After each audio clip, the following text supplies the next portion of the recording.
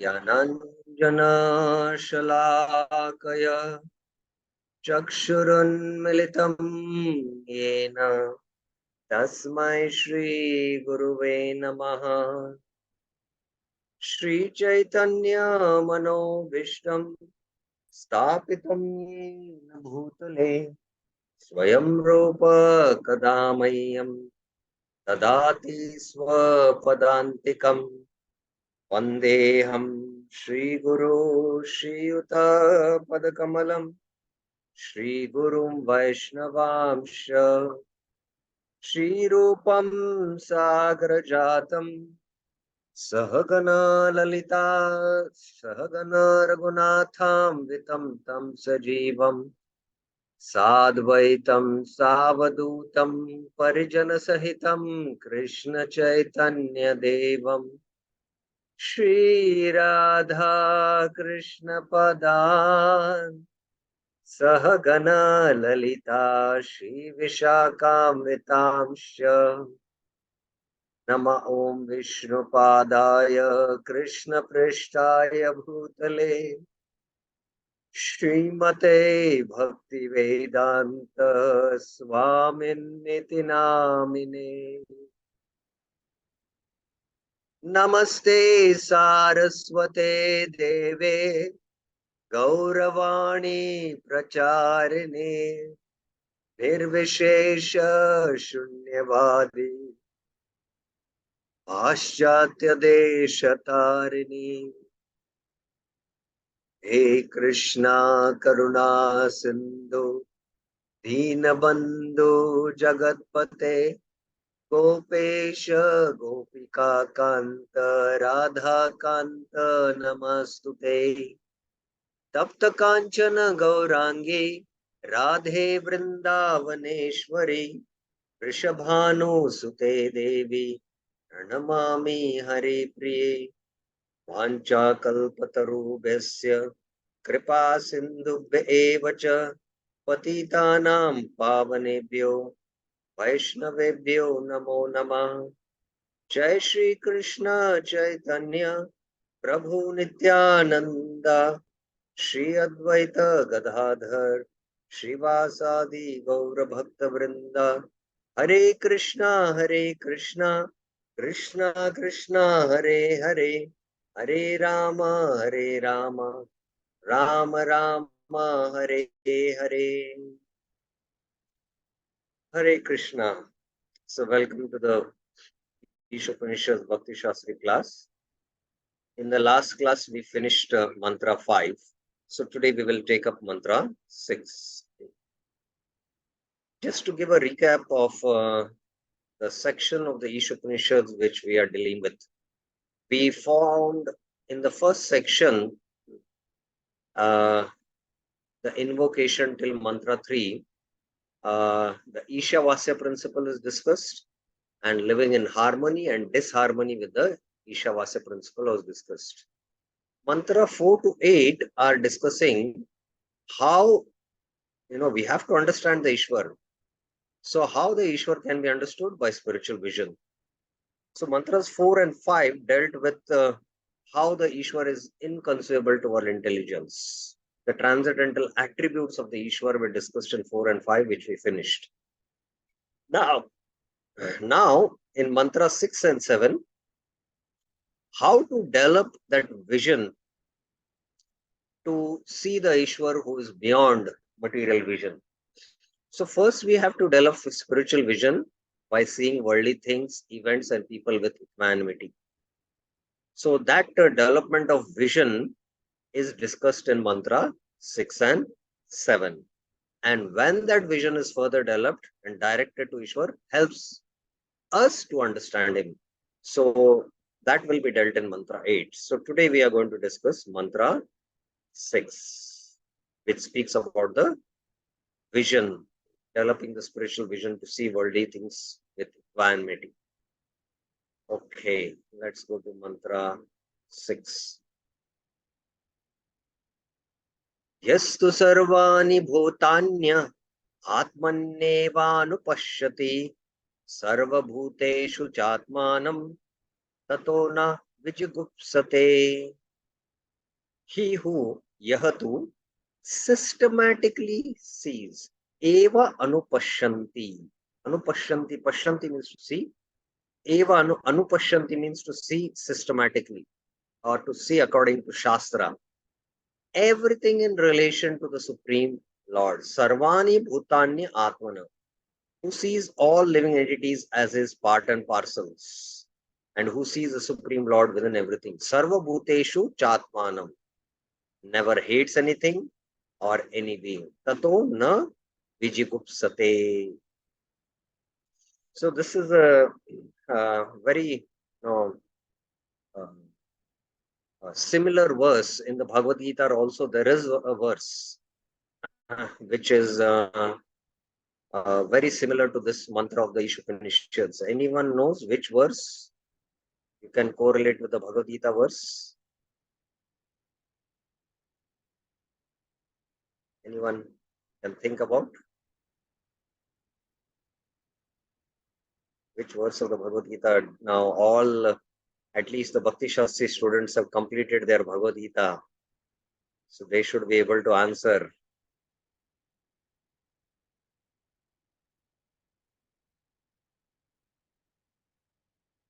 Who will answer? Okay. Yeah, Mataji has raised her hand. Yes. Hare Krishna Prabhuji, Danvat Pranam. Yes. Yes. I'll just try Prabhuji. Is it 9.29? Samoham Sarva Bhuteshu? No, 9.29. That the Lord is speaking about it, that he sees, for him everyone sama. It is from his perspective. But devotee has to develop that spiritual vision. Yes, Nitya Sevini Mataji. Hare Krishna Prabhu. Is it 9.6 Prabhu? 9.6. Again, it is the Lord who is explaining how he enters into everything and doesn't enter. That is the inconceivable attributes of the Lord. But again, from the devotee's perspective, we'll have to see how he can develop the vision to see the Lord. Okay. Yes, what happened to all the bhaktisashtri Bhagavad Gita students? Mohan Rup Sham Prabhuji.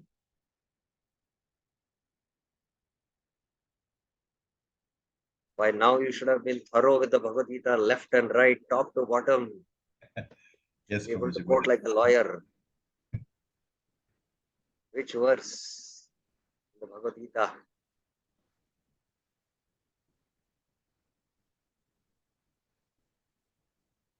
There are many verses we can quote. At least 3 are coming to my mind now. So at least one you can quote.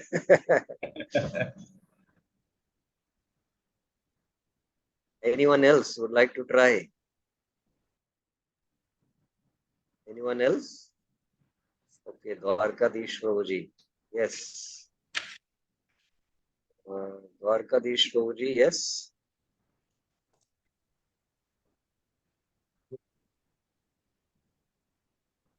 Yes, Dwarkadish Prabhuji. I've unmuted you. Your audio, you'll have to.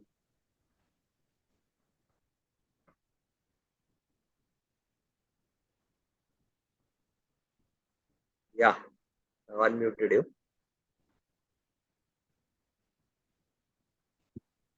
No, I think your mic is not working.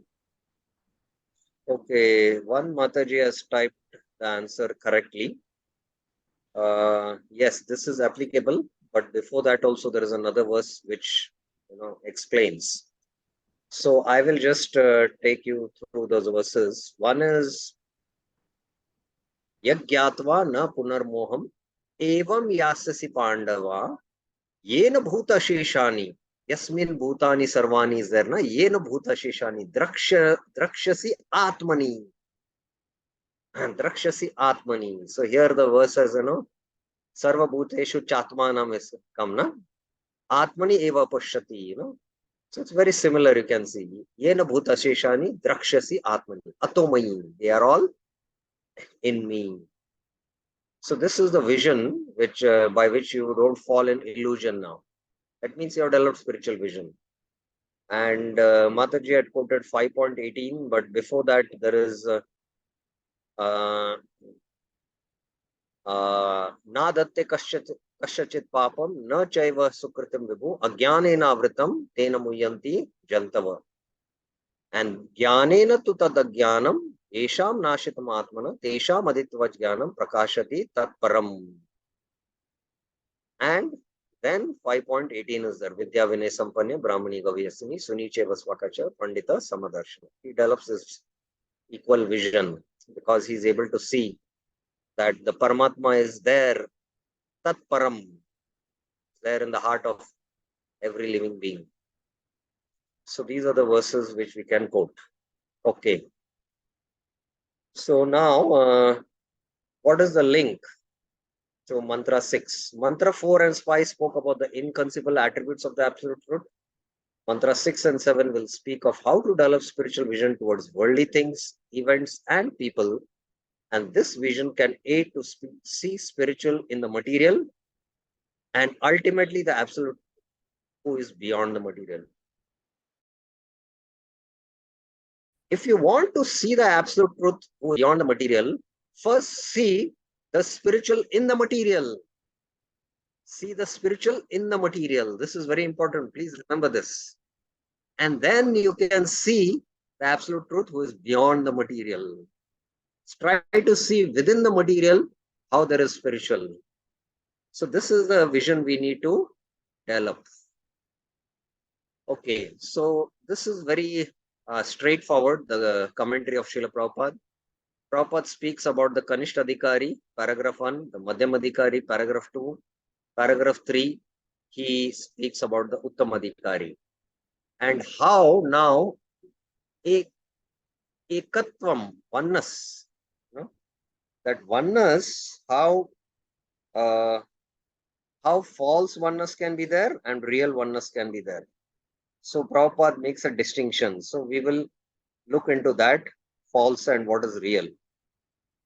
So that we will see in the purport. So let's come to Prabhupada's purport, which speaks about the Kanishtadhikari. Okay, paragraph 1. Who will read paragraph 1?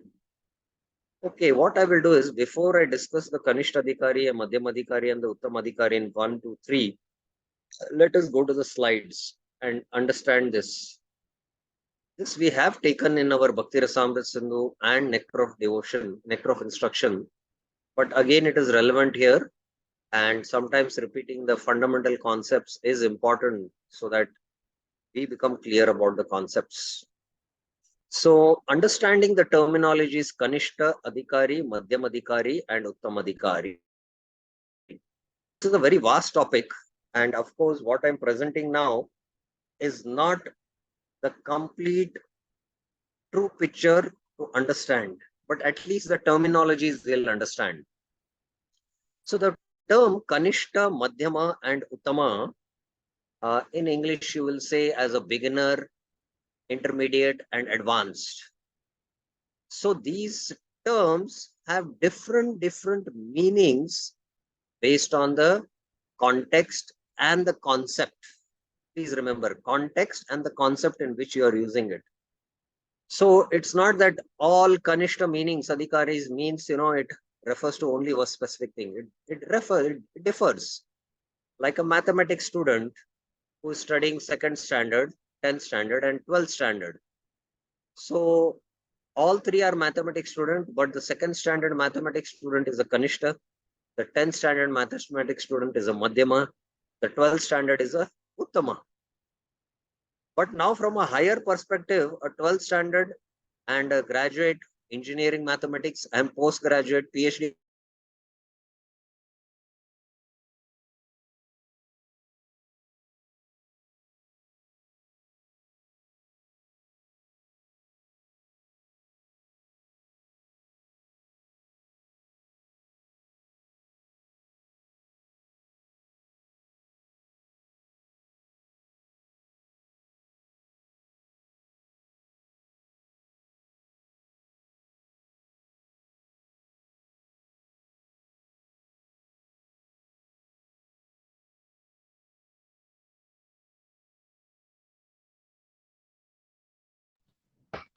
Hare Krishna.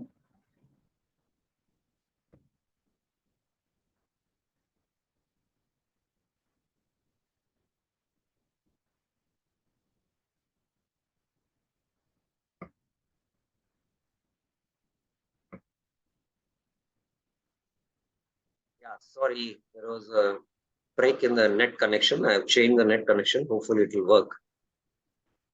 Yeah, so what I was saying is that one who is a PUC mathematics student, but from a PhD perspective, he might be a Kanishta Adhikari, might be a Kanishta. So the terms Kanishta, Madhyama, Uttama, well, these are terminologies. They don't have fixed concepts. They vary according to the context and the concepts used.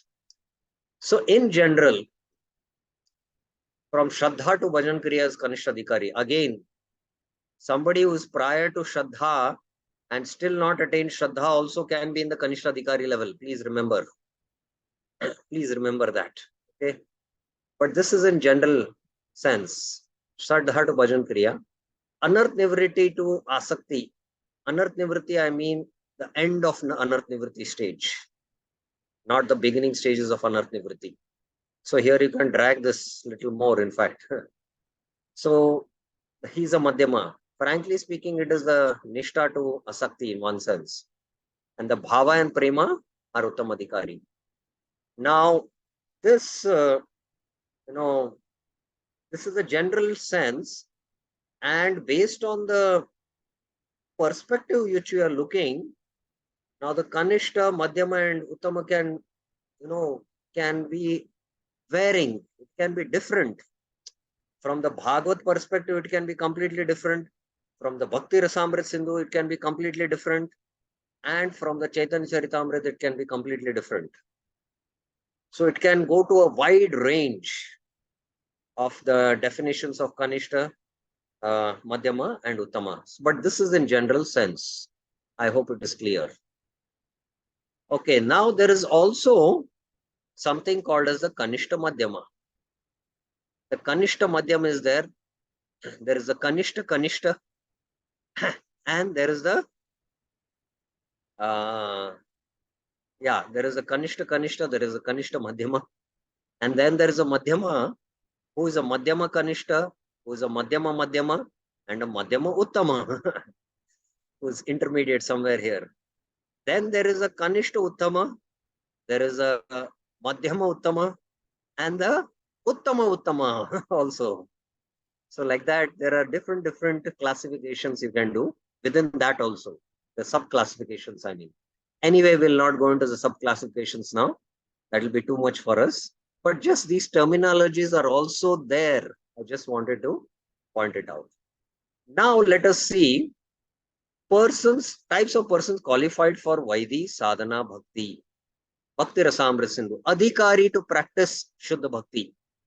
Now this Adhikar to practice Shuddha Bhakti, please remember that he should be having Adhikar to practice Shuddha Bhakti and not Mishra Bhakti. So there are three types of persons qualified for Vaidhi Sadhana Bhakti: Kanishta, Madhyama and Uttama. Now the Uttama Adhikari. Shastre Yukto Cha Nipuna Sarvata Drida Nishchaya Prauda Shraddho Adhikari Sa Bhakta Uttamo Matah. The person who is skillful in scripture and logic. Shastra Yukti Cha Nipuna. Completely firm in his belief. Sarvata Drida Nishchaya. With deep faith, Prauda Shraddha Adhikariya is considered qualified Adhikariya as Uttama in Vaidhi Bhakti. Uttama in Vaidhi Bhakti. Sa Bhakto Uttama Mata. He is having the topmost qualification to practice Vaidhi Sadhana Bhakti. Now please remember, these are Adhikaris who are having Adhikar to practice Shuddha Bhakti. Because Vaidhi Sadhana Bhakti is also within the ambit of Uttama Bhakti only. Sadhana Bhakti definition fits in Uttama Bhakti and Vaidhi Sadhana also fits in Uttama Bhakti. It is just like I give the example of somebody, who cracks the IIT exams and enters IIT. So he has got the 10th rank. So he's more qualified to enter into IIT. Somebody has got the 100th rank. He is also got admission into IIT. So he is more qualified. He is also qualified. Now he's also joined the IIT college. But somebody is on the 500th rank. He's also entered the IIT college. But all three are not at the same level. The one who has got the 10th rank is highly intelligent.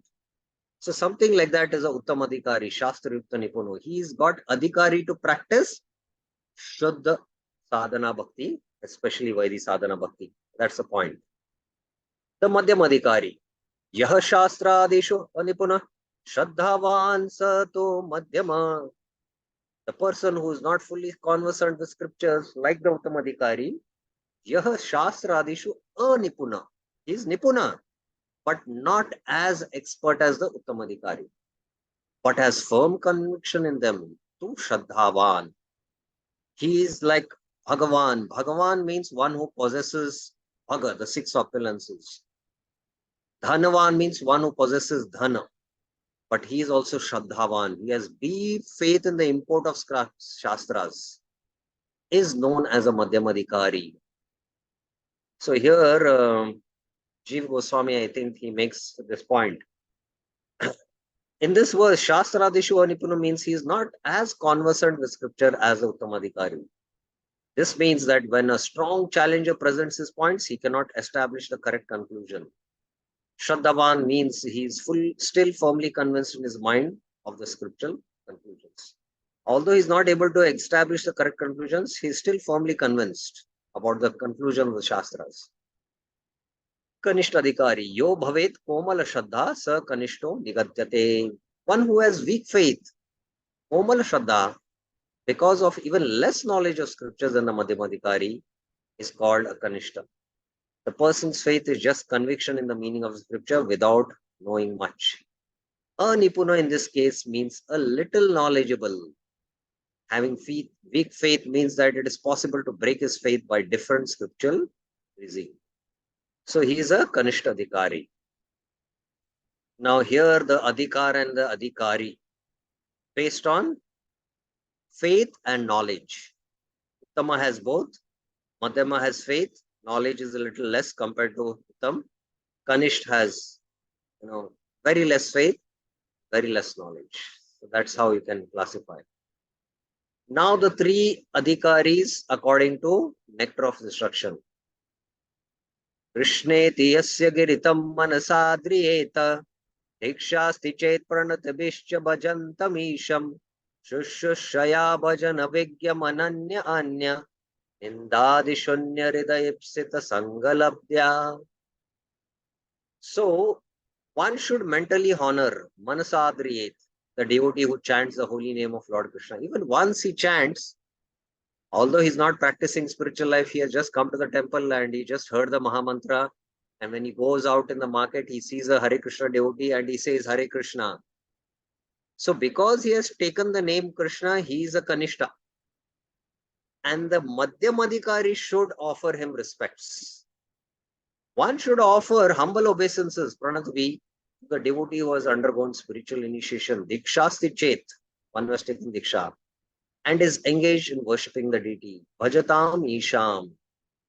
One should associate with Ipsita Sangha Labdva and faithfully serve that pure devotee, Shushushaya, who is advanced in undeviated devotional service. Ananyam Bhajanam Vigyam, and whose heart is completely devoid of the propensity to criticize others. Anya Nindadi Shunya Hridayam. So this is the Mahabhagavat. So the Madhyamadhikari should honor those who take the name of Krishna. They should offer obeisances to those who have undergone initiation and they are engaged in bhajan of the Isha, bhajantam Isham. And they should associate with the Mahabhagavats who are Ananya Bhajana Vigyam, undeviated devotional service they are practicing. And their heart is completely pure. So all the three Adhikaris are mentioned here. So the Kanishta is prior to Shraddha and it can go to a long range.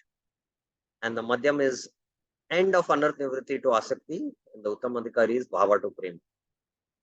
Now the three Adhikaris according to Srimad Bhagavatam. Now, I'll be asking you questions when we start the purport. Now, the Srimad Bhagavatam perspective is a quite different perspective. It is based on the Manasika Linga, it is mentioned, or it is based on the level of consciousness or the vision.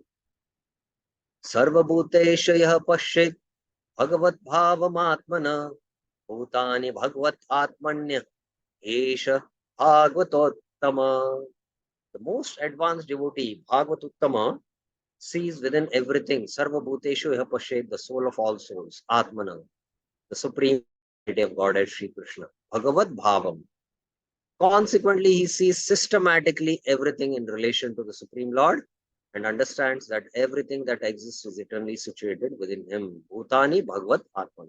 This is Bhava to Prema again.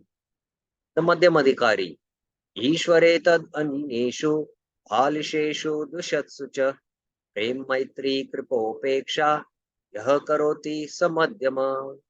An intermediate devotee, Madhyamadhikari, offers his love to the Supreme Personality of Godhead. Ishwara Prem is a sincere friend of all devotees of the Lord. Tad Adineshu Maitri shows mercy to the ignorant people who are innocent. Balishu Kripa and disregards those who are envious of the Supreme Personality of Godhead. Dushatsu Peksha. This is again Nishtha to Prema.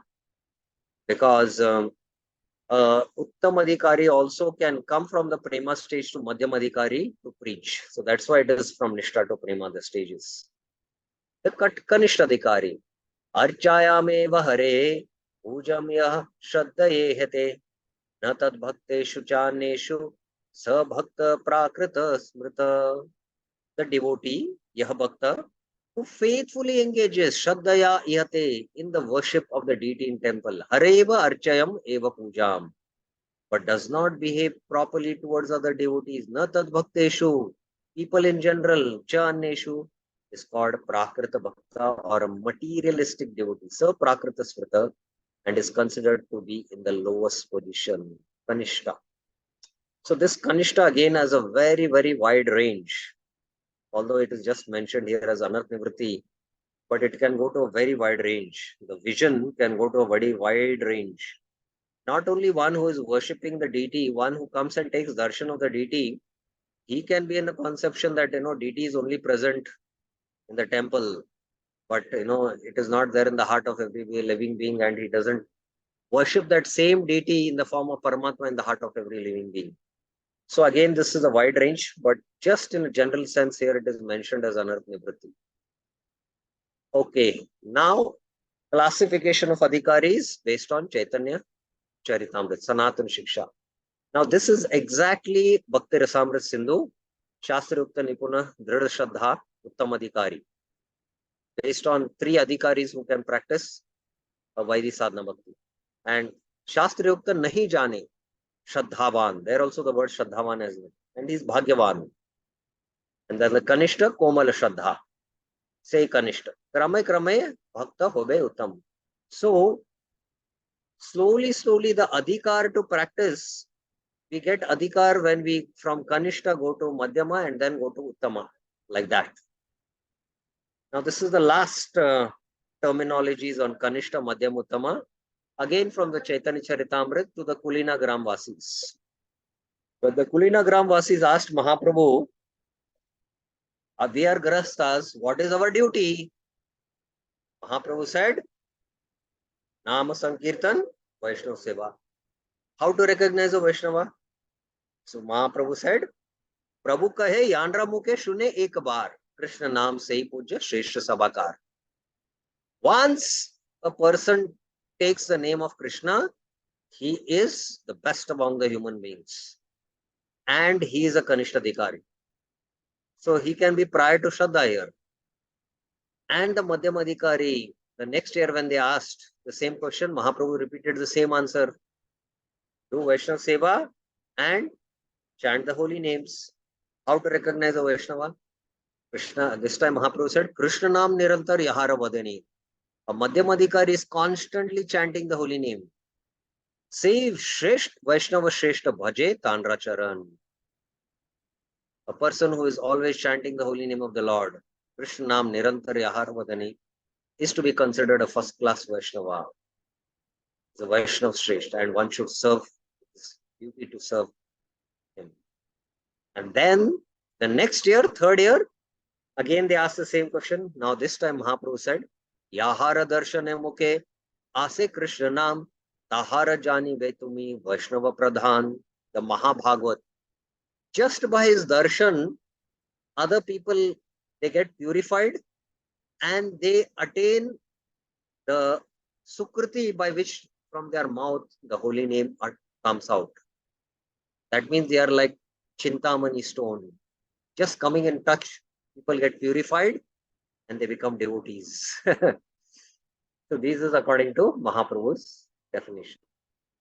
So here, there are different definitions of these three Vaishnavas, Kanishta, Madhyama, based on Bhakti Rasamrit Sindhu. Now the classification basis is based on faith and Shastra logic. And the application is candidates who are entering in the Bhakti school, especially Shuddha Sadhana Bhakti. The NOI definition is based on respect and loving exchanges. Madhyamadhikari is dealing with Vaishnavas and people in general. Application is this. The Bhagavata definition is based on vision.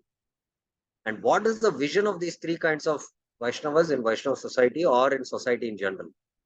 Now this is also very broad, vision it is. The Sanatan Shiksha is same as Bhakti Rasamrit Sindhu, Pesa and Shastra. And the CC, again it is respect and serving Vaishnavas. How the Grahastas, Vaishnavas dealing and serving Vaishnavas. Sorry, it's got cut here.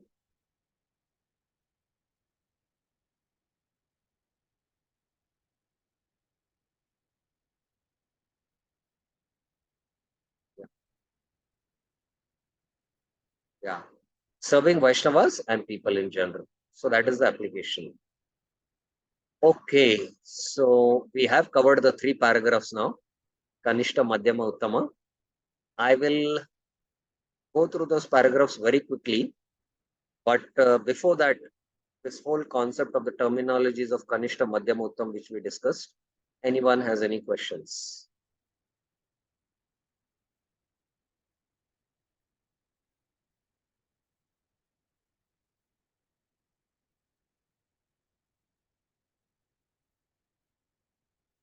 Any questions, any clarifications?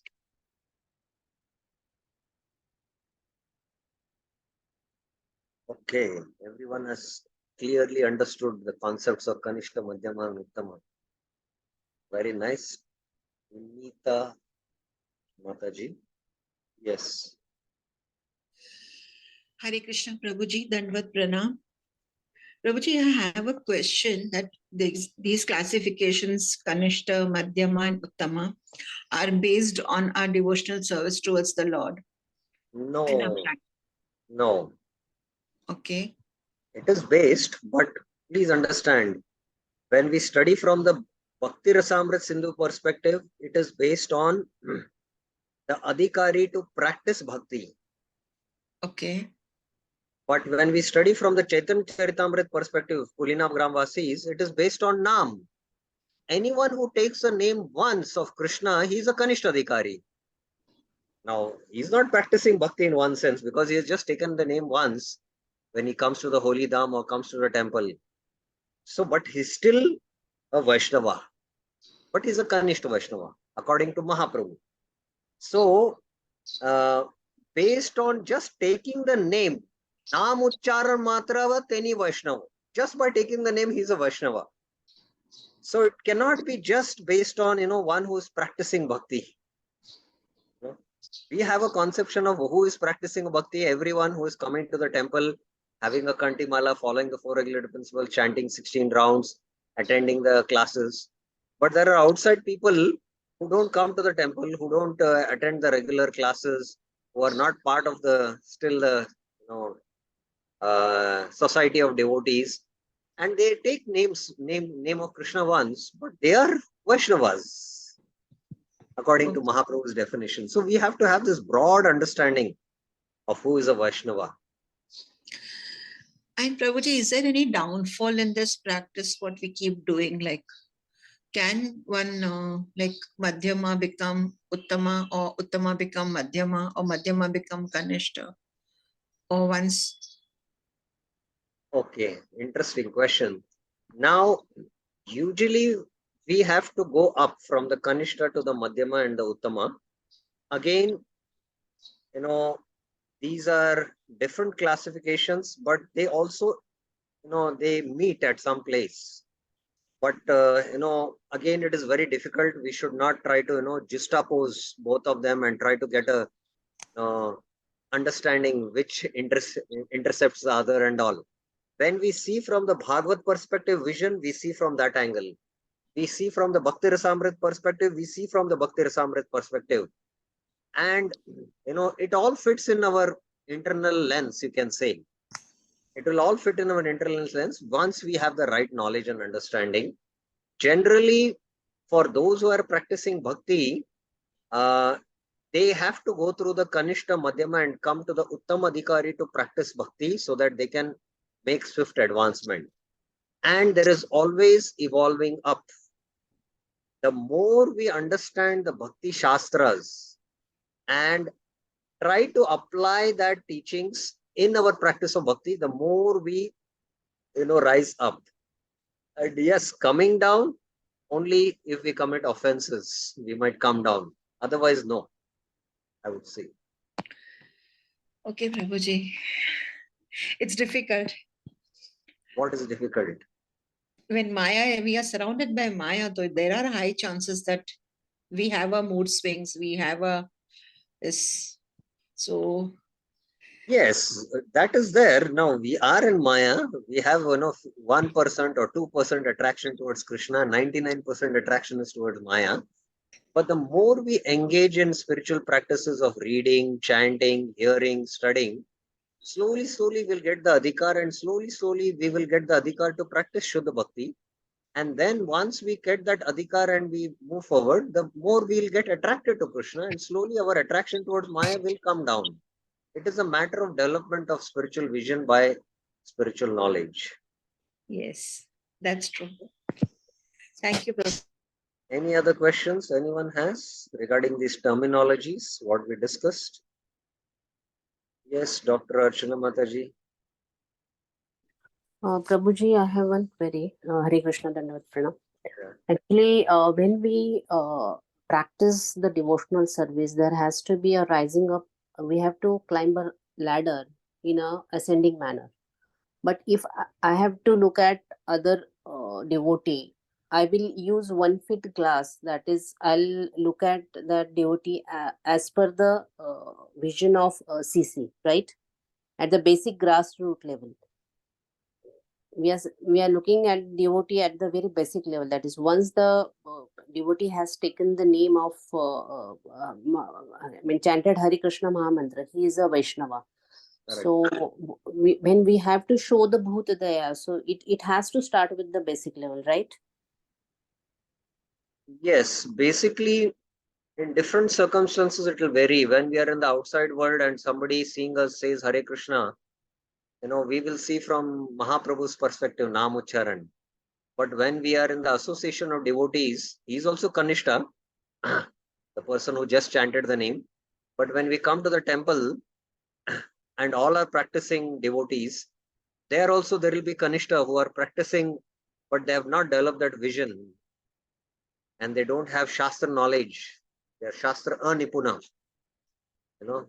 and they are Shraddhavan, but they are still Anipuna. But there are Uttamadhikaris who are Shastra Nipuna and proud Shraddha is there.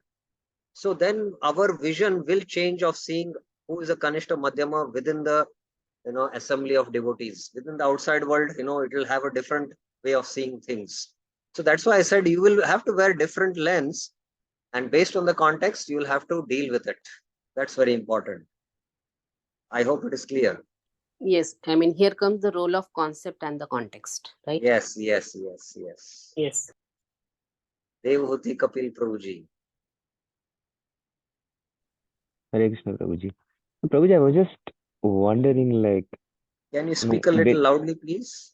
Yeah, can you hear me better now? Not really. Still, my audio volume is full. Is it okay now?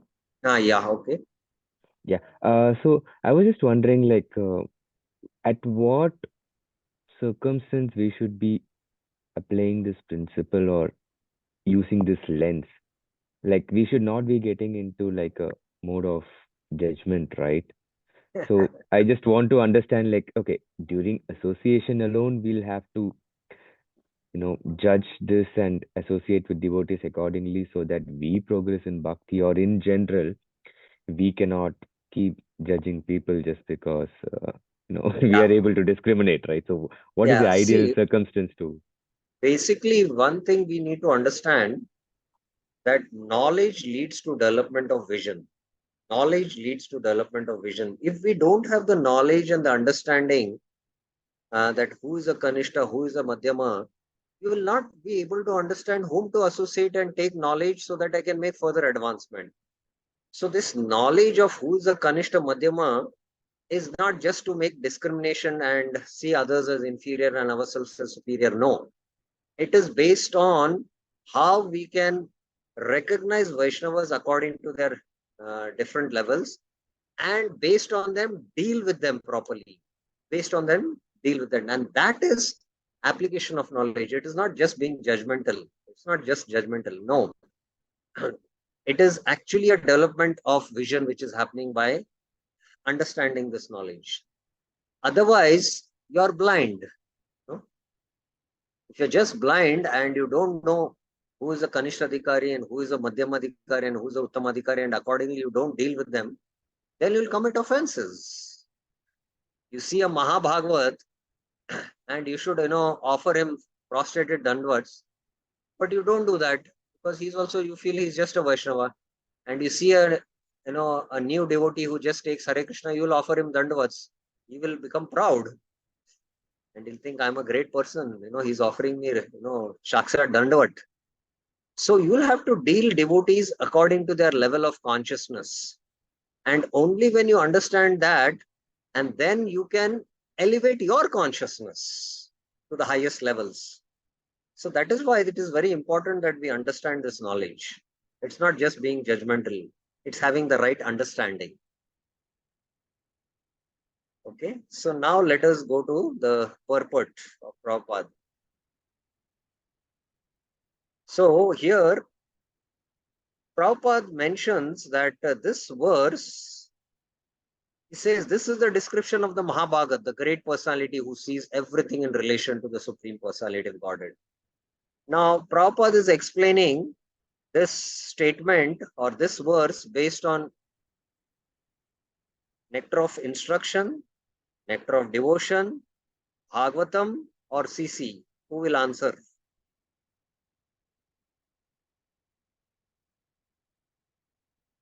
He's a Uttamadhikari, he's a Mahabhagavat, and this is based on the Bhagavat perspective, Tirasamrit Sindhu perspective, Updeshamrit perspective, or both the Sanatan Shiksha or the Kulina Brahman perspective.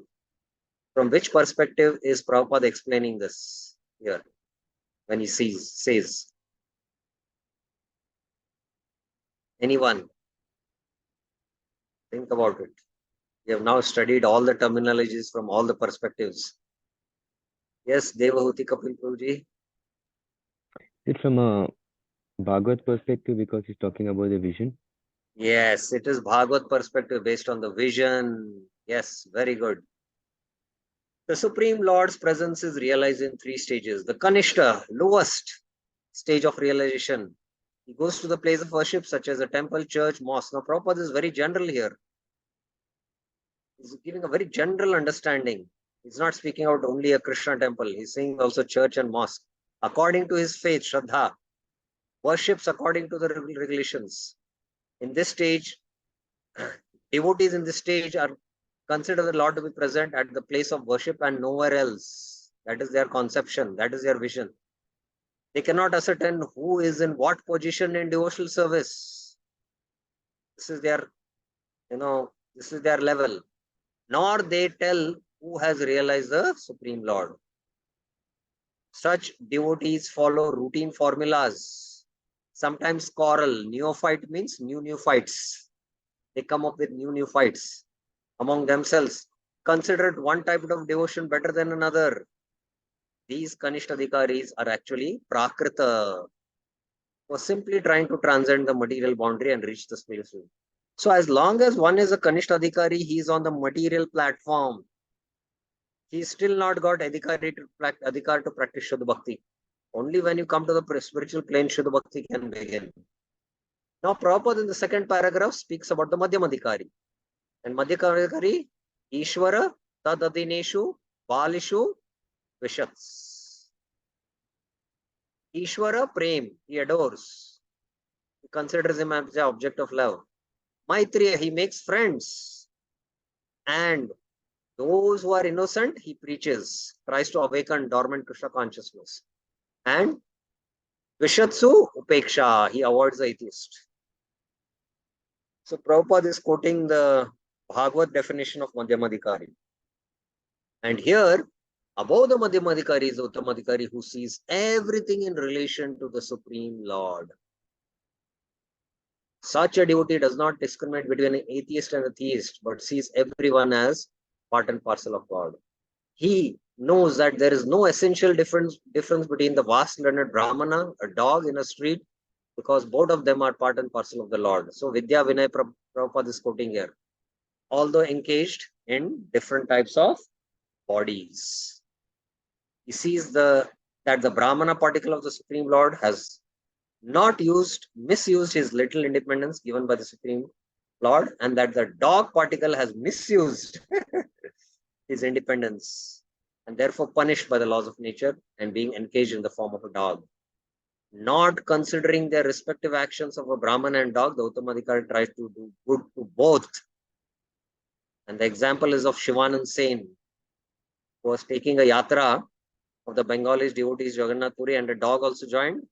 And in fact, he had to pay more tax, the boat, to cross, because the dog was there, the boatman was not ready. But he paid more money. So he did not discriminate. They do good to both. Such a learned devotee is not misled by material bodies, but is attracted to the spiritual spark within them. So this verse is speaking about Kanishta, Madhyama, or Uttamadhikari. Who will answer this?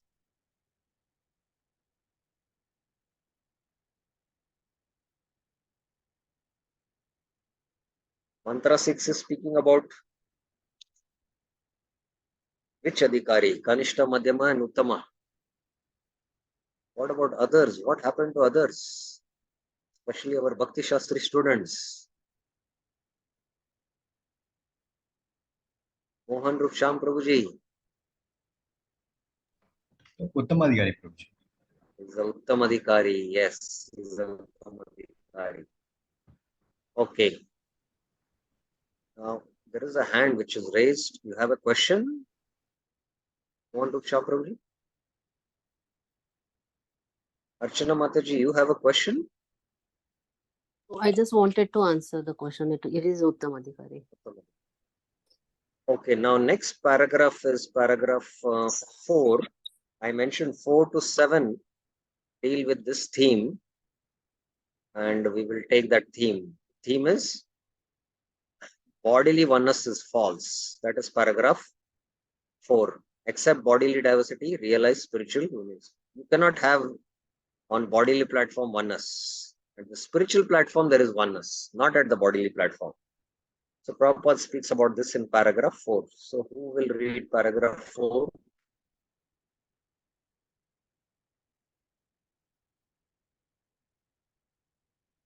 Volunteers to read paragraph 4. Yasevini Mataji.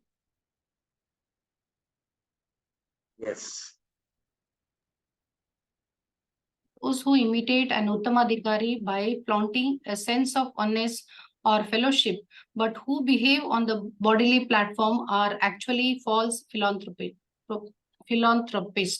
The conception of universal brotherhood must be learned from an Uttamadhikari and not from a foolish person who does not properly understand the individual soul or the Supreme Lord's super soul expansion who dwells everywhere. Prabhupada is mentioning about the false philanthropist who say, the sense of oneness of fellowship. But that is on the bodily platform. But the real conception of universal brotherhood is to be learned from a tamadikari. Because this person is a foolish person who doesn't understand the individual soul or the super soul which dwells everywhere. He doesn't have that vidya vinay sampanne brahmani gavihastini sunicheva sapakecha pandita samadarshana. Now this pandita samadarshana, of course, will not go into the technical aspects of that verse, but I'll just give a hint. Pandita samadarshana means that he can see that the Paramatma is there in every living being. He can see the Atma also. He himself has realized the Atma, is self-realized, and he can see that everyone is an Atma, but in different bodies. And the latent, Paramatma vision is also embedded within it. It's embedded within this. There can be the, darshan of the Paramatma, because this verse spoke about Tat Param. Tat, Tat refers to that. Tat Param, Krishna consciousness, Prabhupada says, but it refers to the Paramatma here, actually. It refers to the Paramatma. Tat means, supreme. Prabhupada is saying the Paramatma here. Actually, it is the Paramatma here. So that's what, that they can realize. This is the true Tamadikari. This is mentioned here in this paragraph. Now, the next paragraph, who will read? The next paragraph speaks about Anupashyanti. See according to Shastra. See according to Shastra. Okay, Mohan Rup Sham Prabhuji. Show me the screen, Prabhuji. Okay, 1 second.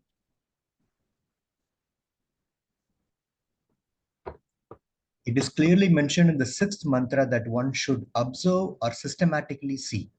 This means that one must follow the previous acharyas, the perfected teachers. Anupashyanti is the exact Sanskrit word used in this connection. Anu means to follow, and pashyati means to observe. Thus, the word anupashyati means that one should not see things or he does with the naked eye, but should follow the previous acharyas. Due to material defects, the naked eye cannot see anything properly. One cannot see properly unless one has heard from a superior source. And the highest source is the Vedic wisdom, which is spoken by the Lord himself. Vedic truths are coming in disciplic succession from the Lord to Brahma, from Brahma to Narada, from Narada to Vyasa, and from Vyasa to many of his disciples.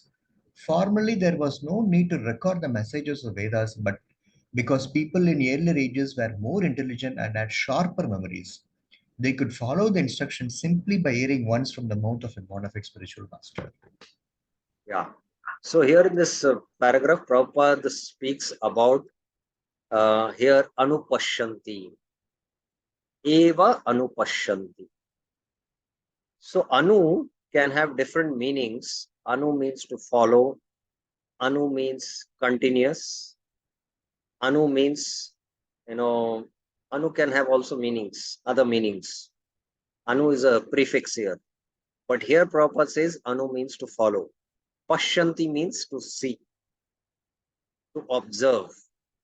And how we observe, not through our eyes, naked eyes, because we have defects, but we observe through the eyes of our teacher, through the eyes of our acharyas. So that is how we see. Just like a radiologist, studies 3-4 years post-graduation in radiology. And when he sees an X-ray, he sees the X-ray, and the moment he sees the X-ray, he can read and he can give a report. So a common man also can see the X-ray, but he cannot just figure out what this whole diagram means. He cannot read, because this man is trained in knowledge. So when he sees with the eyes of knowledge. Similarly, a devotee, when he sees, he should see from the eyes of the spiritual master. And that is why in the Mangalacharan, the first thing we chant, Om Ajnana Timarandasya Jnananjana Shalakaya Chakshur Unmilitam Yena Tasmai Shri Guruve Namaha. So that is how Prabhupada is mentioning how we should see Pashyanti, should see. Krishna also speaks about this in the Bhagavad Gita, in the items of knowledge in the 13th chapter, verses 8 to 12. He says,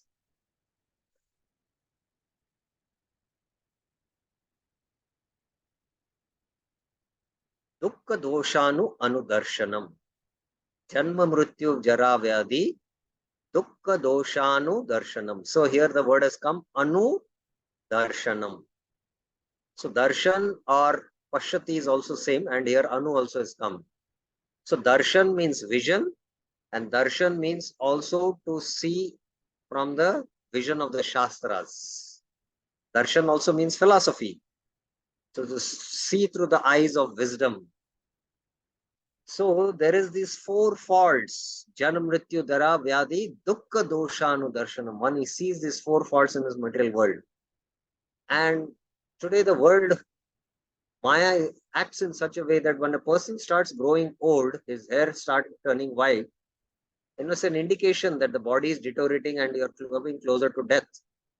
And instead of recognizing, having that darshan from the Shastra, he will dye it and try to show himself that his hairs are still white, black. And he's cheating himself and cheating others also.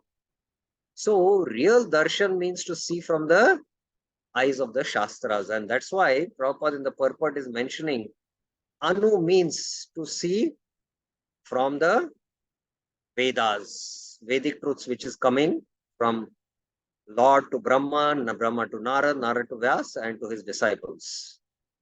So that is how we should see. So we have to hear, and that's why one of the names of the Lord is Shuta Ikshita. What is the name of the Lord? Shuta Ikshita.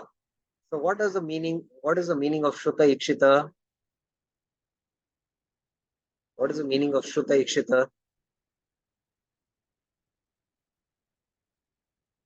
Anyone?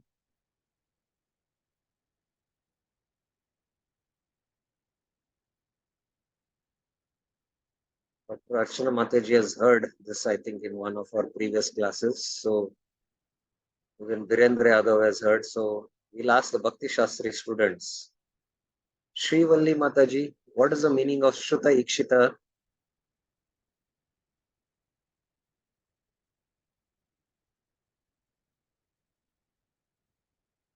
Shruta and Ikshita. It's very simple.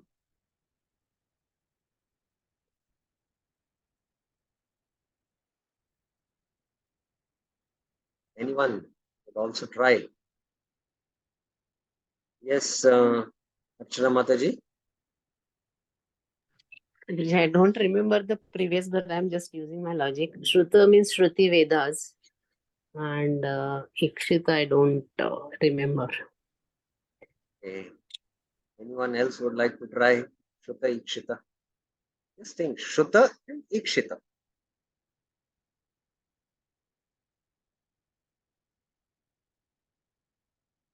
Shruta means to hear, Ikshita means to see. So the Lord can be seen through the ears. You also have experience that if you hear about some person, all the bad qualities about him, and next time when you see that person, you will all remember you will see with that vision what you have heard. Yes, that's why you should not hear, about other devotees. especially the bad qualities. If you want to hear good qualities, you can hear. But if you hear the bad qualities, then we'll see with that vision. So the Lord is called as Shuddha Ikshita. So that's the point in this paragraph 6. Prabhupada is mentioning. Okay, the next paragraph. Who will read? Prabhupada continues the same theme here. The paragraph 6 is Shastra has one message. Shastra has one message. Yes, Dr. Ashwini Mataji. Yes. Prabhuji, the previous para is based on Bhakti Rasamrit Sindhu and CC, Sanatan Shiksha. This one? The paragraph which we have read just now. So it is This is based on. Anupashyanti. Anupashyanti is based on this line of the Isopanisad verse. Okay.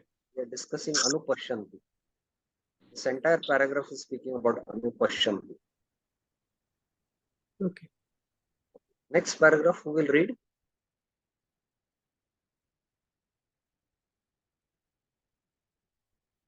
Volunteer to read.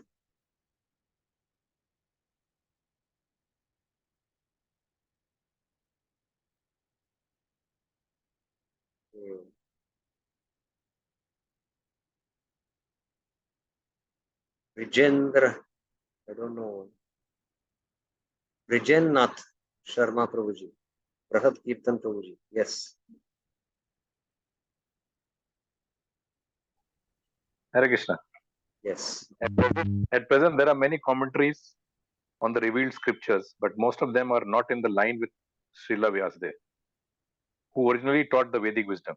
The final No. Where are you reading from? You are reading from the book. From your own book? Yeah, it's Isopanisad book. No, please read from this Veda base directly, because there is always some editing done. Editing is there, right? Yeah. At present, there are many commentaries on the revealed scriptures, but most of them are not in line with the disciple succession coming from Srila Vyasadeva, who originally compiled the Vedic wisdom. The final, most perfect and sublime work of Srila Vyasadeva in Srimad Bhagavatam, which is the natural commentary on the Vedanta Sutra. There is also the Bhagavad Gita, which was spoken by the Lord himself and recorded by Vyasadeva. These are the most important revealed scriptures, and any commentary that contradicts the principle of Bhagavad Gita or Srimad Bhagavatam is unauthorized. There is a complete agreement among the Upanishads, Vedanta Sutra, Vedas, Bhagavad Gita, and Srimad Bhagavatam, and no one should try to reach any conclusion about the Vedas without receiving instructions from members of Vyasadeva disciple successions who believe in the personality of Godhead and his diverse energy as they are explained in Shri Isopanisad. So this theme here is basically that the revealed scriptures have one message. It's not that they have many messages. So here I mentioned Shastra has one message. Now Madhvacharya talks about this in the Vishnu Tattva Nirnay. He says that there is a fundamental principle in understanding the scriptures, and that is Veda Eka Vakyata. The Vedas give one conclusion. The Vedas, the Puranas, they all have one consistent message. Vedeshu sarver aham ede. So in the Vedas, then we will say there is, glorification of Shiva, there is glorification of Indra, Vayu, Agni. Actually, these are all the names of Krishna only. They have been borrowed by Krishna only. Shiva means auspicious, and all auspicious is Krishna. So the name Shiva is also coming from Krishna. So they're all vibhutis of Krishna. So it's not addressing to different demigods. It is all addressing to Krishna only. So the Vedas have this one message, one conclusion. It's not that they have, there is the Vedas propagate polytheism. No, the Vedas are monotheism. And especially the Gaudiya Vaishnava Sampradaya propagates bi-monotheism. Bi-monotheism means we worship Radha and Krishna, not just, it's Vishnu. But at the same time, the scriptures talk about multiple levels of seekers and accordingly give messages according to the level of seekers at different levels. So there are people in the modes according to the different modes, then they give messages according to their levels. Multi-level message seems contradictory to the uninformed, but it is seen as complementary to the by the well-informed. So this multi-level, messaging system, which is there in the Vedas, the Karma Kanda portion, the Jnana Kanda, and then the Upasana Kanda, it looks contradictory, but it is actually complementary because ultimately it is taking us towards the absolute truth. So that is the understanding. And we'll delve more on this when we come to one of the specifics, specific mantra about, I think that there in Sambhuti and Asambhuti, that time we will come to that more. Okay, so that was paragraph 6. The last paragraph, Prabhupada speaks about this important theme. Liberated person's vision is truly beneficial. It is truly beneficial. So that he speaks in the last paragraph. So who will read this last paragraph? Any volunteers? Some had raised hand. Lata Mataji. Hare Krishna, Prabhu. According to Bhagavad Gita 18.54, only one who is already on the liberated platform, Brahma Buddha, can become an Uttamadhikari devotee and see every living being as his own brother. This vision cannot be had by politicians who are always after some material gain. One who imitates the symptoms of an Uttamadhikari may serve another's outward body for the purpose of fame or material reward, but he does not serve the spirit soul. Such an imitator can have no information of the spiritual world. The Uttamadhikari sees the spirit soul within the material body and serves him as spirit. Thus, the material aspect is automatically served. So very beautiful commentary. Prabhupada mentions, first of all, to come to the Uttamadhikari platform, one has to be on the Brahmabhuta stage. Brahmabhuta prasannatma na sochati ne kankshati sama sarveshu bhuteshu mad bhakti labate param. Param means, transcendental, or para bhakti also.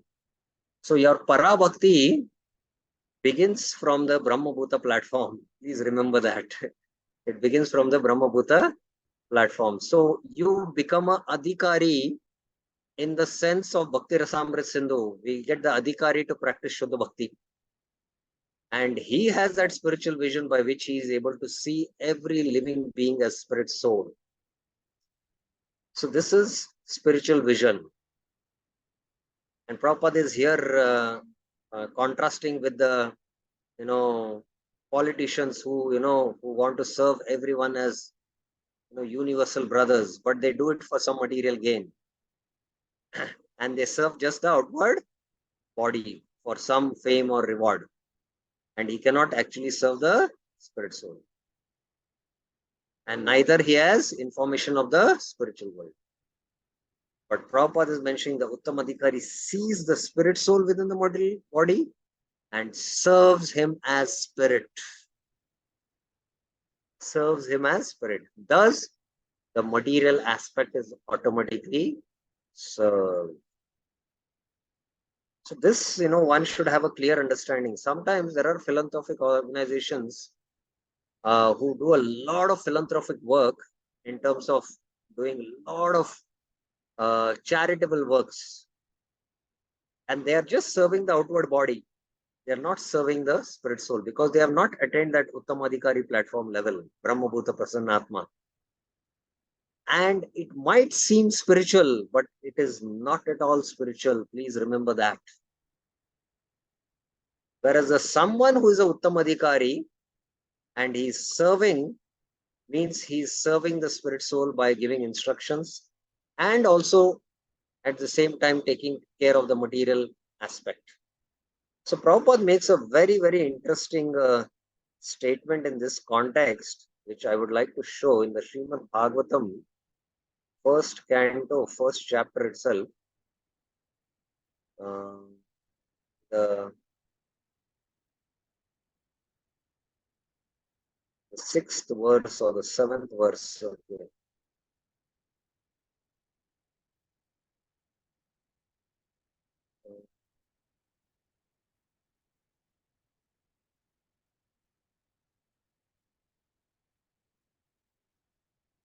Spiritual well-being is automatically followed by material well-being.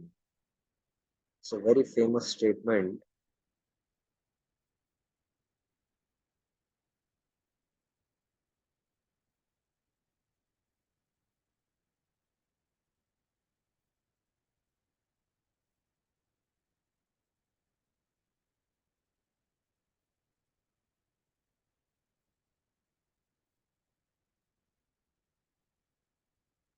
Able to get it. Let me put it in the search.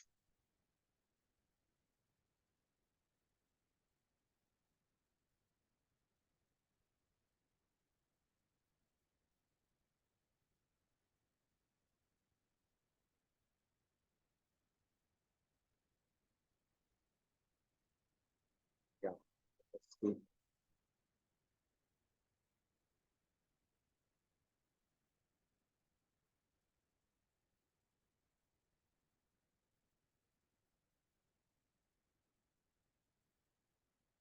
Yes. Yes. Tatra tatra anjushayan bhavatang yad vinishchitam pumsam ekanta shraya. What is the ultimate, shraya, ultimate good for all beings? And here Prabhupada makes a point. The acharyas and Goswamis are always absorbed in the thought of the well-being of the general public, especially their spiritual well-being. Spiritual well-being is automatically followed by material well-being.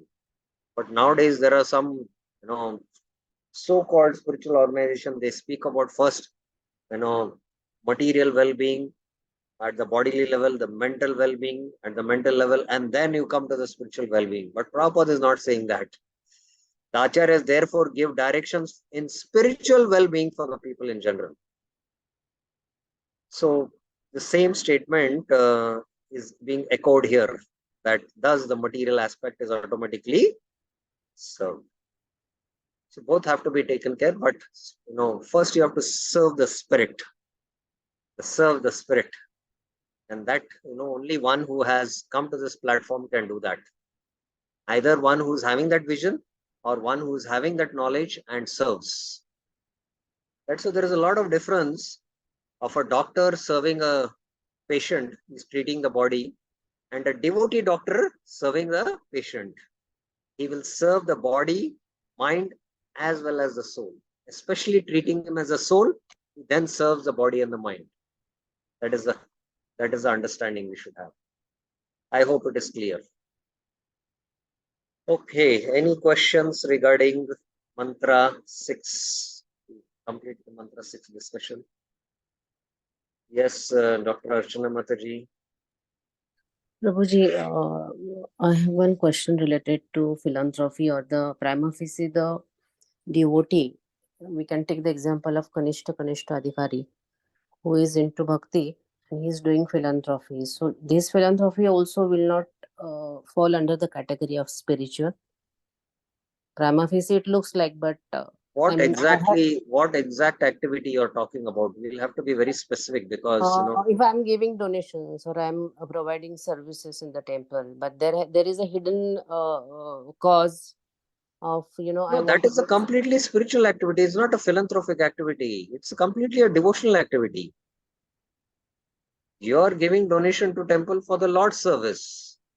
No, but there is a hidden interest. I want to get something done or some kuch. I mean, I want to get some work done, and that slight thought behind that donation that is are there. different aspects. They are done with sakama or nishkama. That is different. Okay. Yeah. But it is a devotional activity. Okay. Then whether it is superior or inferior, whether it is done with desire for with any sakama or nishkama, then that will be different. Again, there are variations in that. or it is done with a desire for only attaining devotion, bhakti kama, So like that, we grow there, and slowly, as we keep on doing it, naturally, it will come in our consciousness. Oh, I should just give for the pleasure of the deities, for the pleasure of the Lord. So it will come, but start from whichever level you are, and you will grow up. Not a problem. Okay. So what spiritual philanthropy are we talking about? Other institutes? Pardon? What philanthropy spiritual activity are we talking about? The other institute, which institute or So organization? if you have a charitable organization which is, giving, feeding the poor, or, these are all coming in punya activities.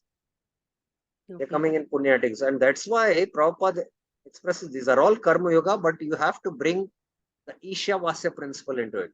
Ultimately, all Anna is, coming because of the Lord's mercy.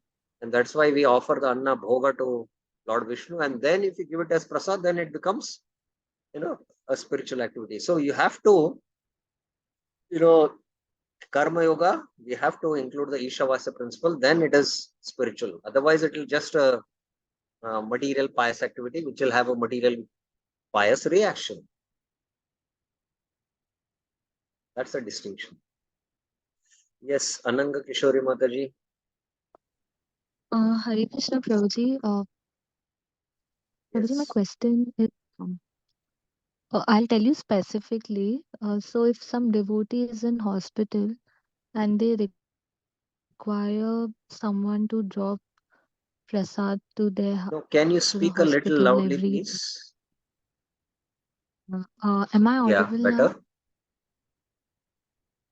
Yes. So Prabhuji, if someone is in hospital and devotee, like a devotee in a hospital, and they live a bit, the hospital is at a distance, and if they request us to drop them prasad to the hospital every, every few days, so sometimes you do it two, 3 times, but after that there's a feeling of, not wanting to do it more, because especially if it's prolonged, look, helping someone.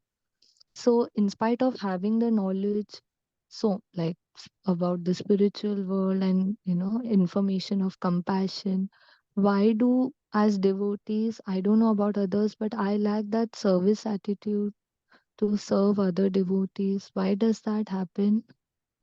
Yes, this is a very important question you brought out. In fact, sometimes it can be seen that those who are philanthropists, like they would like to, do this service consistently over a period of time. And whereas devotees, they know that this activity, what they are doing of helping another devotee, this is devotional service. It comes in the ambit of devotional service. But when, they have also their limit. They can do it once, twice, and then if it crosses limit, then they cannot. So here, I would like to draw two things. One is, this is driven by material compassion. It is driven by material compassion, and it can be, there can be firm faith and belief in it, and there can be consistency in it. This is driven by spiritual compassion, and we might not be having that level of spiritual compassion to be consistent in our duty there. We might be lacking in that spiritual compassion. That is because of our development of Krishna consciousness. So then we have to, evaluate ourselves, and we have to go more deeper, and then, also discuss with our spiritual mentors and see what practically we can do. So it shows that the lack of spiritual compassion is there. And you see Prabhupada, how he could stretch himself. It's inconceivable, because it was genuinely, coming from the compassion of the soul, on the transcendental platform. So he could stretch that, he could do that. So we lack that level of compassion, and the spiritual compassion. We are developing that spiritual compassion, and we are doing it as a service, and we know that it is actually a devotional service. It is not any ordinary pious activity also, but we are not at that level. We should understand that, and we should see that how we should advance and try to go to higher and higher levels. Is it okay, Mataji? That clarifies.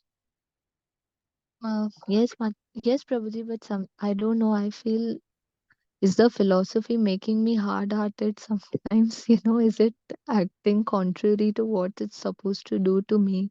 Sometimes I get that doubt. I Yeah, that's mean, what I told. We don't have still developed that level of spiritual compassion to be consistent in that service. yes, yeah. Mhm. Okay. Okay, so we stop now. So tomorrow we will continue with mantra 7 discussion. There is one more question. Okay. Yes, Viniti. Mataji. Ah, Vinita, Hare it is. Krishna Prabhuji. I don't know if this question is right, but is it very important to be very knowledgeable? Yeah, is it good to be a simple, good person? Because simplicity is always accepted by the Lord. That's my understanding. Since how many years you are practicing Krishna consciousness? It's my 7th year, Prabhu. So, yes. Yes, simplicity is one of the qualities which even Krishna also speaks about it as the first quality of a Vaishnava. But uh, uh, knowledge can be developed not only by studying Shastra, but by hearing. As long as you don't hear, how will you act? If you want to act, you need knowledge. How will you perform basic things? Even like, you want to cook. You need knowledge how to cook. So to do devotional service, how to do devotional service, abhideya, devotional service is called as abhideya, you need knowledge. And you need not be a great philosopher or a great pandita, but if you hear from the right sources who are coming in the Guru Shishya Parampara and apply that knowledge, you will definitely make advancement. That's the point. Thank you, But Prabhuji. hearing is very important. Hearing is very important. Yes, Prabhuji. Okay? Thank you. Yes, Devahati Kapil Prabhuji. Hare Krishna Prabhuji. Am I audible? Yes, quite feeble, Yeah. but Sorry. audible, but Okay. quite feeble. Yeah. So this is just a follow-up question to answer you gave to the previous Mataji regarding the service attitude. So, is it important for one to pick services according to their psychophysical nature? No, Obviously, I'm not able to hear you. is it better now? Better.